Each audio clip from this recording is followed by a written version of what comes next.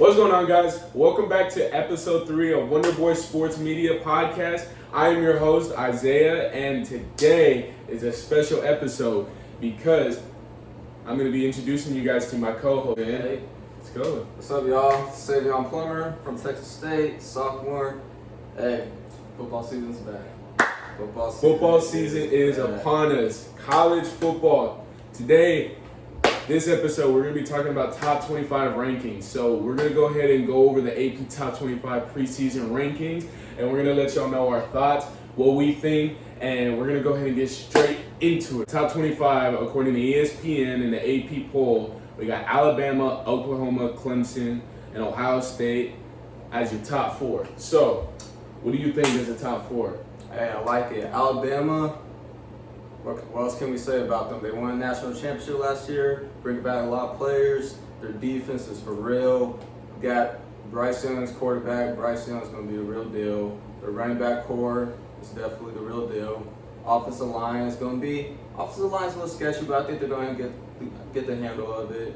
And Yeah, I think overall, Alabama is always going to be contending for national championships every year. They're always solid. I think the main key piece is going to be how well Bryce Young does in this new offense.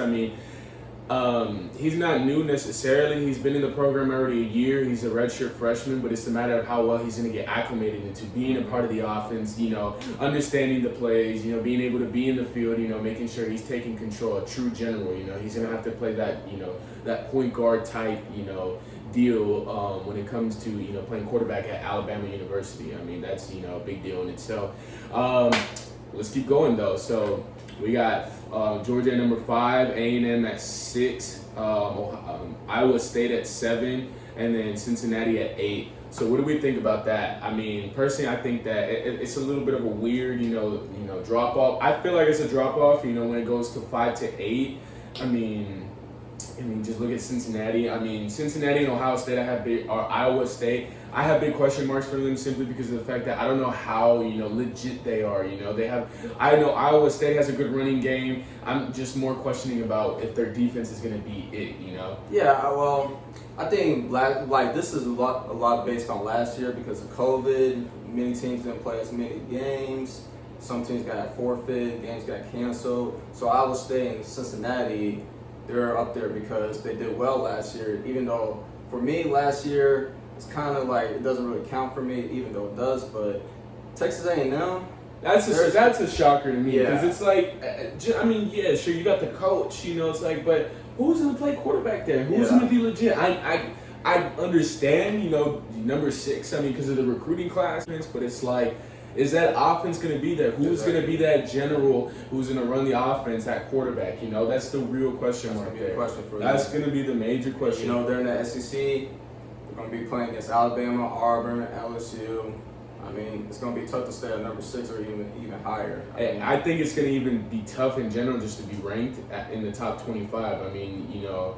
As we keep going down this list, it's going to be tough for them to even stay at number 6, yet alone to be ranked in the top 25. If you keep going, look, we got Notre Dame, North Carolina, Oregon, Wisconsin, Florida, Miami, USC, my team, but we'll go ahead and continue. LSU, Indiana, Iowa, Penn State, Washington, Texas, Coastal Carolina, Louisiana, Utah, and Arizona State. That's pretty much the top 25. Personally, just reading off those names, there's a reason why a lot of these teams are on this list. Obviously, this is going to change. This is for sure going to fluctuate up and down. And so, when I ask you, who stays, who goes?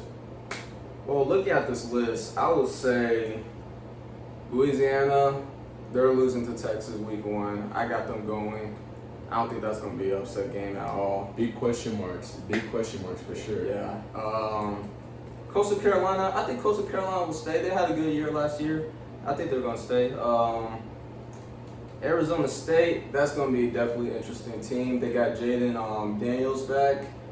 They got veteran defense, and they got Herm Edwards as a coach. And Herm Edwards is definitely a respected coach. I think he's going to get that defense well. I think for sure that NFL presence from Herm Edwards is going to be a big factor considering the Pac-12 is not really a big a big conference. And I personally, I feel like the Pac-12, nobody's been giving the respect simply because I feel like, there's been a drop off since 2005, 2006, once Pete Carroll and, Pete Carroll, Reggie Bush, that whole team basically moved on into the NFL. I feel like, there's been a huge drop off because USC's been that staple for Pac-12, but I feel like Herm Edwards, bringing that NFL presence to a college environment like Arizona State. I think that's definitely going to help them, but my real concern is the outside noise within the program. My main concern is, are these allegations true? Are these allegations not true in regards to the fact that, were they taking unexcused COVID visits for recruits to come in while everybody else was not allowed to?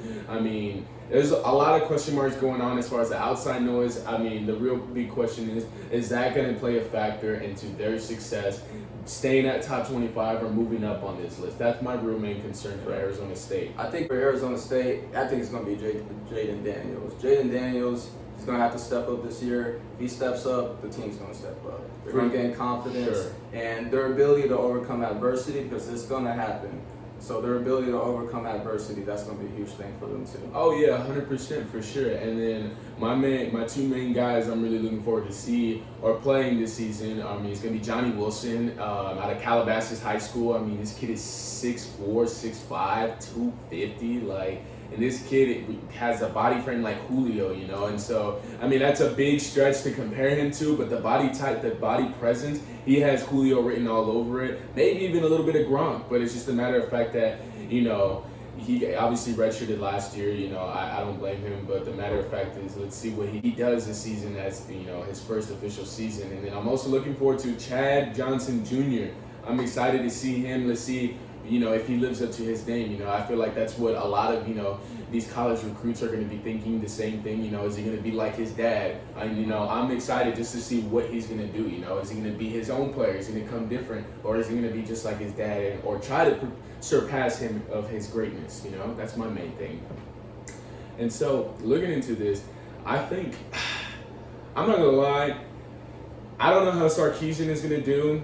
I don't know. I personally, I'm going to go ahead and say it. Texas will not be ranked in the top 25. I don't think 21 is going to be their spot. I don't think they're going to hold on for long. I still have question marks. I got to see what Sarkisian does. I'm not sold on Hudson Card yet. I mean, I don't think he's going to lead this team. I am excited to watch Bijan Robinson, though, but I'm going to be real. I don't think this is going to happen. I don't think Texas is going to be it this year. I mean, it's the same thing every year when it comes to Texas. And for me, I'm gonna see it to believe the type of person. I'm gonna have to see it. Steve Sarkisian was a good pickup though. I definitely like that. He's from Alabama, came from Alabama. I think Casey Thompson's probably going to take up the starting job. We'll see week 1, but I definitely like the direction that Texas is going in, but this is not their year. I don't think it will be their year. It's going to be some time, especially with the transition, with them going in the SEC. And as well as, just trying to make sure everything is well acclimated. But yeah, Texas is not back this year. Yeah, well, we're going to see how they adapt. I think it's a culture thing, definitely with that program, because they got the talent. They always have the talent. It's definitely a culture thing. And we'll see how the players do, and the coach is coach. I'm definitely excited to watch Bijan Robinson. He's going to be he gives me flashes of Reggie Bush. And Bijan Robinson is nice. That's going to be a name to watch for, guys. So keep going, keep watching him. We're definitely going to cover him on our podcast. So definitely keep going, guys. I definitely do want to talk about this team right here. This is another team where I don't believe that they're going to be, staying in the top 25. LSU. I don't think LSU is going to go. I mean, there was definitely a drop-off from Joe Burrow. I don't see a stable quarterback. I need to see some quarterback presence who's going to show that they're the reason why they're going to bring back LSU football. I think the defense is going to be there nonstop. I think the more the question is the chemistry. There's a lot of new guys, new faces that came in. A lot of the veterans on the previous team. Previous teams that had success at LSU and made the staple of LSU football there have been gone. So now this is a lot of new guys, a lot of young faces, mainly freshmen and sophomores. So that's my main thing. It's just chemistry. If that's gonna work, chemistry and the quarterback position. That's my main thing. Always when I'm looking at a team. I need to see quarterback presence. I need to see a field general that's going to run the team. A team starts from the quarterback. If the quarterback is not there, then the team is not there. Exactly, and I definitely agree. It's actually a common factor in the SEC where you have a good team, great defense, and it comes down to quarterback play. LSU, we're going to see how this quarterback plays. I mean, I think their defense is going to be pretty good. They got Derek Stingley Jr. and Derek Stingley Jr. He had a little drop-off season last year, but it was COVID year, and I'll give him that. But his freshman year, he was really good, really good. Ed Orgeron, terrific coach. I think he's going to get that defense right. It's all just going to be dependent on the quarterback. Right. Max Johnson's going to be starting. We'll see how he does. For sure. Well, transitioning from this segment, so who will stay, who will go, I think the drop-off, we just discussed the drop-off. Now, I'm excited to discuss who I think will stay and be successful in the top 25 or even can be a contender in the top 10 or even in the top 5. My team, I'm ready to get into this argument. USC football. I'm excited. USC is back. The West Coast is back. I'm excited. I mean, I'm ready to get into it. I mean, I predict that they're not going to be at 15. I think they're going to move up way more. They're for sure going to be a top 10 team. I think they're going to crack and try to get top 5 or top 4 for sure. They're going to, they're going to do some big things. I guarantee it. I mean, the true main test, I believe, is going to determine USC's fate is Notre Dame. They got to be Notre Dame. That's going to be a main, that's going to be the main game. I hope that they're focusing on Notre Dame. I mean, obviously, you got to focus on a game-by-game basis, but that's going to be the real game. That's my game I'm circling on all my calendars, So, but nevertheless, I'm excited. USC, they got Keaton Slovis. This is going to be his breakout year, I believe, with the new NLI rule, I feel like those guys at USC have taken advantage, and I think, Keaton is going to make a big statement year, and it just already shows, him signing to Clutch Sports. I mean, he's definitely making, strides to being a bit, the top dog, the big guy. He's definitely going to make a name for himself, And another guy, Drake London. I mean, that 1-2 punch combo, I mean, you can't go wrong with it. Drake London, he's also going to have a big season too. I mean, I predict he's going to be first-round draft pick. I mean, after this season is all said and done, I mean, I'm excited. I mean, not to mention even looking at it, the defensive side, picking up, looking at it from the recruitment side. They picked up the number 1 player in the class of 2021, Corey Foreman. I think Corey Foreman is going to make a big impact. I mean, Prophet Brown is another name that's going to be a big sleeper on this defense that he's for sure going to have a big impact. Hunter Echoes, another D lineman. He's definitely going to have a big season his senior year too. I mean, USC's back, baby. I think they're going to do big things this year. I mean, to be honest, I'm not sold on USC like he is. I'm just not sold on the Pac-12 at all. But we'll see how Slovis does. They got a transfer from Texas, Keontae Ingram. We'll see how he does too. That defense, I actually got high positives on them. I think they're actually going to do a good job. So we'll see.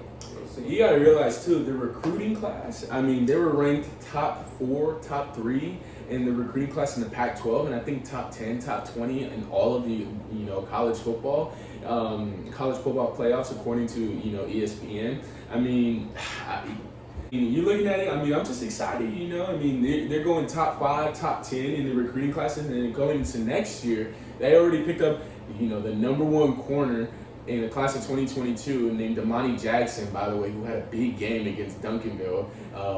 But I mean, we're not here to talk about high school football though. But I mean, not to mention they picked up another top 10 player named Michael Williams. They're only building off of what they did last year. I mean, 2020 was a real big drop-off year. I'll give them that. I mean, COVID was a big factor that played into everybody's recruitment. It definitely affected a lot of people. But I mean, I'm excited, man. USC is taking back the West. USC's in the right direction, though. Similar to Texas, I think, USC will have more, progressions, especially with a lot more veteran presence, in that locker room. And I think, I feel like they're going to do something big this season. But they're definitely in the right direction, though, for sure. I'll give them that. And I actually agree with that. I actually compare USC and Texas to each other a lot because I feel like they definitely got the talent. We'll see how the coaches coach and how the players will develop. And if they can do that right, then maybe USC's back. Let's do it. What do we think about Miami, though? What are your thoughts on Miami, though? I'm looking at this list. I mean, I got a big question mark on Miami at 14. Do you think they're better than USC? Do you think they have a chance? Week 1 against Alabama. Do you think that's going to be an upset game? Do you think what does Miami have that makes them ranked number 14 that can have, competition or that can be competitive this season? Miami, they have Derek King. They coming back. I think he's a 5th-year player. 5th, 6th-year player. I don't know. He's old. He's old. But he's coming back. He's pretty good. He's the scrambling quarterback, dual threat kind of. But it's the defense. They got a bunch of veteran presence, experienced players returning. I think they're better than USC.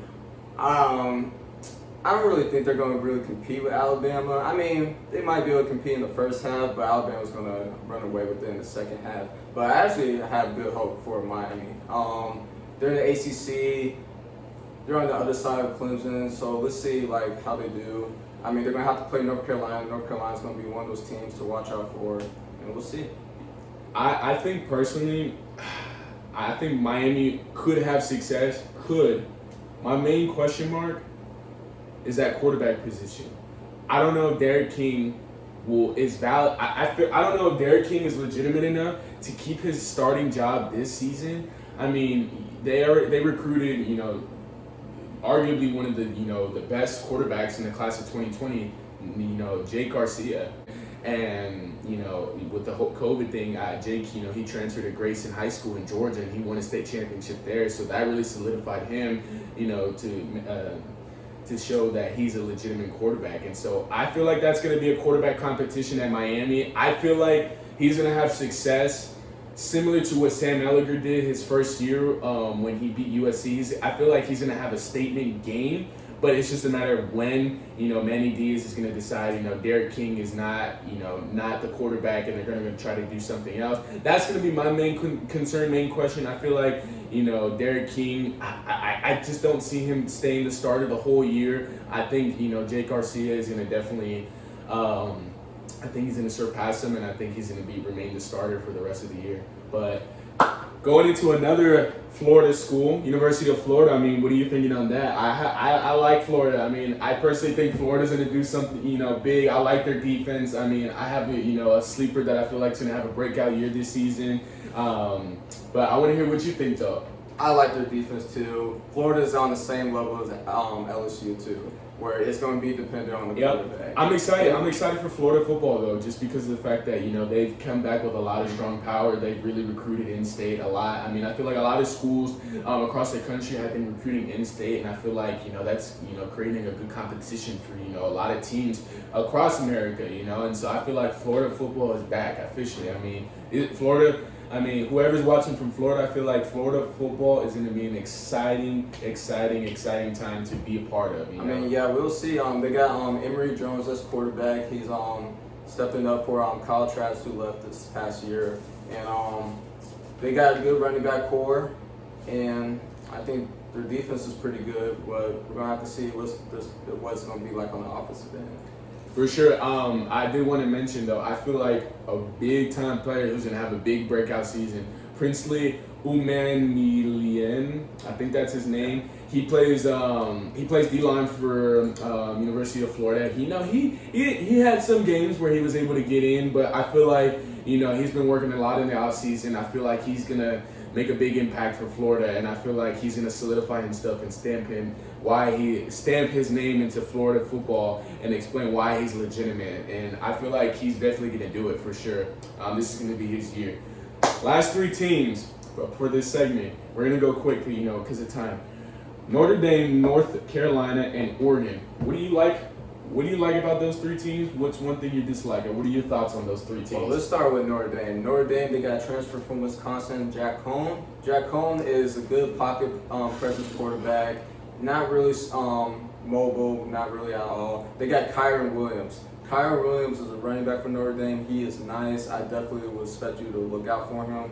And we'll see how Brian Kelly does. Notre Dame, they're one of those teams every single year where They're like they had a good regular season, but we don't know if they're on that level as Alabama, Clemson, Oklahoma, Georgia. It's always a question mark with them. I feel like Notre Dame should be in the conversation with the Georgias, the Alabamas, the Clemsons, but it's just, they're one of those teams where it's like, okay, they look good on paper, but they can never produce. They can produce sometimes in the regular season. They produce in the regular season, but when it comes to the playoffs, big time teams like Florida, Clemson, they can never produce. And so that's why I have a question mark around that game when they play against USC, because it's like we've been talking about. It's going to come down to the defense. The defense is going to play a factor when it comes to all these teams. That's why Clemson, Alabama, Georgia are always in the top 3 because they have success. And we keep forgetting about Ohio State and Oklahoma. I mean, they are big-time teams too, but those are the 3 main teams that are always competing. I think that's why Oregon, though. That's why I think Oregon is going to have a good season this year. I mean, I feel like they're going to have a solid season. Their defense is always solid. I mean, if you're looking at it, they got a redshirt freshman, Justin Flo. I mean, I feel like with him and Kevin Thibodeau at Oregon, I mean, that's just a nasty 1-2 combo. And not to mention you have his brother, Justin Flo's brother, Jonathan Flo. I mean, he's not going to probably see the field this season, but long term, I mean, Oregon is set up for success. Building off of big time defensive players. I mean, they're going to definitely do something this season. So I'm definitely sold on their defense. I feel like Oregon's going to be a top 10 team this season. I mean, I'm sold on their defense for sure. Yeah, they got quarterback Anthony Brown, transferred from Boston College. I mean, we'll see how Mario Cristobal, their head coach, does with this team. Right. Their running back crew is for real. They got C.J. Friedel and Travis Dye coming back. And we'll see how they compete with the other Pac-12 teams. Yeah. I actually think they're going to have a good year, though. I think so, too. And then same with North Carolina with Coach Brown. I feel like Coach Brown, with his experience, playing with coaching a quarterback like Vince Young, obviously, Sam Howell and Vince Young are totally different players, but nevertheless, they're both leaders. I feel like Sam Howell, he is that dude. Yes. He is a legitimate guy. I'm sold on him for sure. I mean, I when I first saw that he committed to North Carolina, I was like, North Carolina football? Like, no, that's a basketball school. But no, they stamped their name and showed why they're two-way sports school. Football and basketball is big in North Carolina. So be on the lookout for Sam Howell. He's definitely. I feel like North Carolina is going to be a big-time sleeper, being able to compete for a top 4 spot. I feel like they're going to be able to get in and try to stay in that top 4. If not, they're going to be top 5, and they're going to be competing for a top 4 spot in the future to compete for national championships. Yeah, I agree. Sam Howell, he already said it all with Sam Howell. Sam Howell's great already. We'll see how he does this year. Week 1, that first game against Virginia Tech is going to tell a lot for North Carolina. We'll see how they do. I'm not sure if they can compete with the playoff status because they're in the ACC. They're going to have to go through Clemson. And then they're also going to have to play Miami. So we'll see. Speaking of week 1 matchups, we're going to transition to our next topic. So I wrote down a list of games that I'm excited for. I mean, these are going to be great week 1 matchups. I feel like these are going to be the games to watch, and I want to see what you think. So first week 1 matchup, we just talked about it. Who do you have? North Carolina or Virginia Tech? Who's winning that game? We want to know who you think. Go in the comments right now and let us know who you think will win. I got North Carolina against Virginia Tech first game. I think North Carolina, I got them winning by at least 14 points. Sam Howell, I think he's going to have a big step-up game. He's already on the map, but I think people are going to be talking about him a lot after this game. We'll see how he does. He's going to be a big time. He's in a big time. He's a big-time player. I feel like his recognition is going to be coming for sure this season. He's going to get, he's going to get his flowers. His flowers are definitely due. And so, I mean, he definitely will have NFL scouts be looking at him way more than he already has, when this season is over. But I do have North Carolina winning too. The only way I see Virginia Tech is if they can stop the run, they can stop the play action, and they can keep Sam Howell in the pocket. I mean, even though Sam Howell is a great pocket presence, has great pocket presence, you really have to collapse in the pocket. You have to collapse him in the pocket, make sure he gets make sure he gets claustrophobic. I mean, you need to have those big boys go in there. You need to make sure he has no room to make a play. I mean, you really have to stop him. He's such a great playmaker. I mean, he can do it with his feet. He can do it with his arm. I mean, it shows on film, but that's going to be the main question. If Virginia Tech can do that, I feel like it's going to be a real close game, but I got North Carolina winning. That's a good point, because one thing I did see from last year is that if you put pressure on Sam Howell, if you could get pressure on him and intimidate him a little bit, he will rattle a little bit, and I think that would be a good sign for Virginia Tech if they can do that. Yeah, that's what I'm saying. Virginia Tech, the defense has to come. Otherwise, I got North Carolina winning.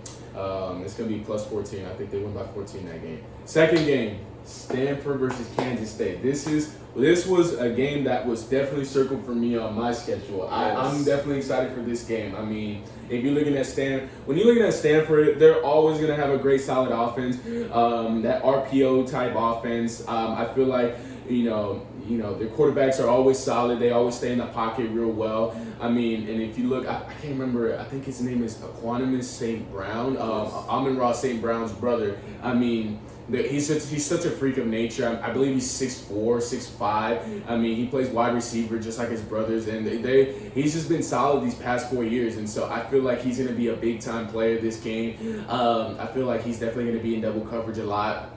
But he's going to have a big-time game this game, and I feel like he's going to be the key factor if Stanford wants to win this game. Yeah, I think this one's going to be a lot based on tempo.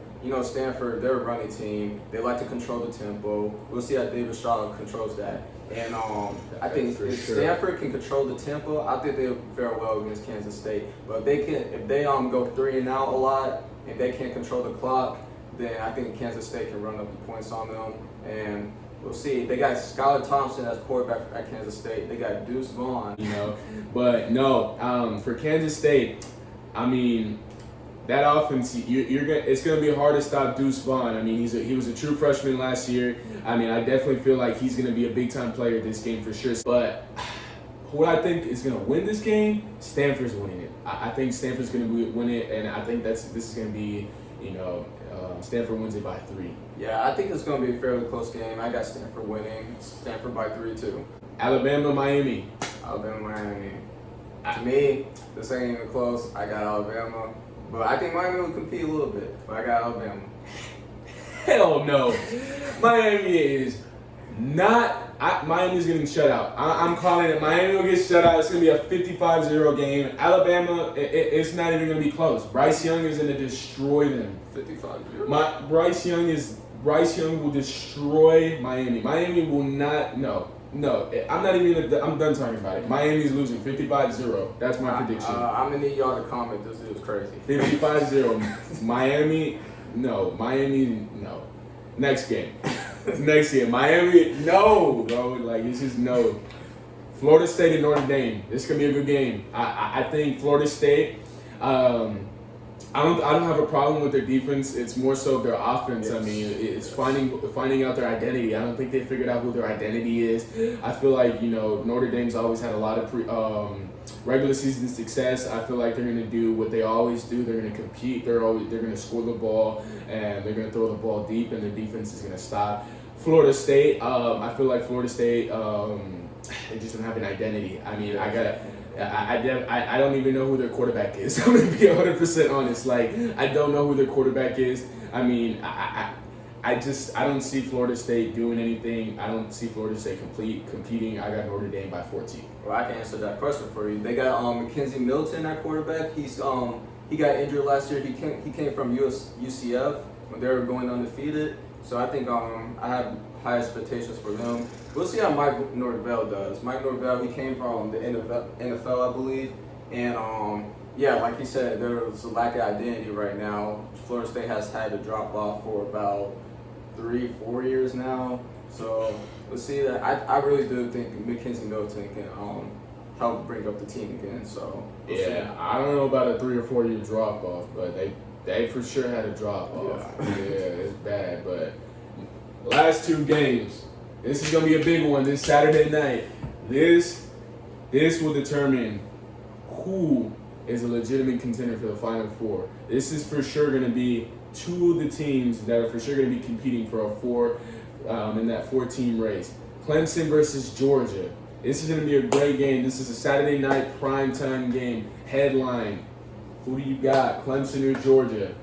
This is a tough one for me. Tough. I've been going back and forth every single day on this, but I'm gonna go with Clemson. I'm definitely gonna go with Clemson. I just like Dabo Sweeney is gonna have them prepared. Dabo Sweeney is definitely gonna have them prepared. Yeah. I like their defense. We'll see how their quarterback does. DJ, I'm not gonna say his last name. I'm not saying, but I like their quarterback, and you know I just what feel DJ like though. yeah, y'all know DJ. Yeah. But I always like Clemson in big time games. I think they step up all the time, and Dabo Sweeney, he's gonna have them ready. Honestly, this is a game where it can go either way. Yeah, You go either way. I mean, these guys, both guys are, both teams, I should say, they're legitimate teams. I mean, it's going to be a hard game to really try to pick who's who. But, I mean, going back to Clemson, I mean, I feel like Clemson, their defense is always there performing. They always perform at their highest. I mean, I feel like Clemson's defense is going to be there. And looking at their offense, I mean, just DJ Ugalele, I mean, he's, a Heisman, people are already predicting that he's going to be a Heisman finalist. I mean, overall, Clemson's just overall, fundamentally sound. A big time, defensive player that I'm low-key excited to watch. Andrew Makuba, I'm hearing a lot of things, a lot of big things, good things, and you better keep an eye out on him. He's going to be a true freshman. It looks like he's going to be a true freshman, and now he's going to be playing a lot of big role minutes. He looks like he's going to be playing at corner and safety, according to Mikey Kane, which is the Clemson safety head coach. And then at their defensive coordinator, I believe, is also saying that he's going to play corner and safety too. So expect major role, him playing a major role this season. I feel like he's going to dominate, and he's only going to help this team to compete for national championships like they've been doing every year. Yeah, their defense coordinator, Brett Venables, let's see how he prepares his defense against this Georgia offense. That's going to be JT Daniels. Is, that dude, even though he's had knee issues, knee injuries, I mean, he's going to come back healthy. This season is going to be his breakout season, and so, I mean, you can't sleep on Georgia's offense either. We'll see how JT Daniels does, but I'm really excited about their running back core. I mean, I'm so Georgia excited. is kind of just running back university. They got Zamir White. Yes. Comment down below if you think Georgia is running back because they produce running backs every single year. No. Anyways, no. They got Zamir White, James Cook, and the offensive lines for real. So I'm really looking for the offensive line and defensive line play. And then Georgia defense, they're for real. They got a bunch of veteran players returning, and we'll see. I think it's gonna be a close game. I got Clemson by 6. Oof. 6. Oh my God. 6. Oh, I mean, it's hard to bet against Clemson, but I'm going with the upset. I think Georgia wins by 3. I think Georgia wins it. I mean, I think JT, he's gonna find a way to stop. He's gonna find a way to get conversions. He's gonna find a way to have to stop the Clemson defense. I feel like Georgia wins by 3, but last and final one, number 19 Penn State versus number 12 Wisconsin. I feel like this is such an evenly matched team. They're both very similar. They both play very similar ways. They're both in the same division. They see each other all the time, so they kind of know what they're competing with. They always know what they're gonna be expecting pretty much, and so I feel like this is always the game that everybody needs to be watching. So I agree. I'm looking towards the line of scrimmage for this game. Wisconsin, how they play, and it's always based on the line of scrimmage. Can they control the tempo? Wisconsin's like Stanford. They want to control the tempo. They want to control that clock. Penn State, though, Sean Clifford, I'm looking forward to him because I think Sean Clifford's going to have a good year. I think Penn State struggled last year, definitely. But for sure. I think they're going to bounce back this year. James Franklin, I think they're going to get them right.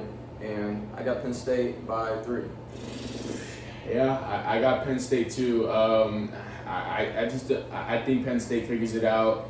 I think Penn State figures it out late in the game. Wisconsin, I think their defense, doesn't hold up till the fourth quarter. Penn State by 3-2, I think. That's it, guys. I mean, that's who I think. But nevertheless, guys, this is the end of the podcast, episode 3. My co-host, the new co-host, Savion Plummer. I appreciate you coming on the show, brother. I'm excited to see you. I hope y'all, follow us on our journey. Continue following us on, keeping up with college football, college sports related stuff on our podcast. Again, I'm your host, Isaiah Arula, your co-host, Savion Plummer. Thank you guys for watching, and we'll catch you in episode 4. Hey, hit that subscribe button and press that like button too. And I'm out.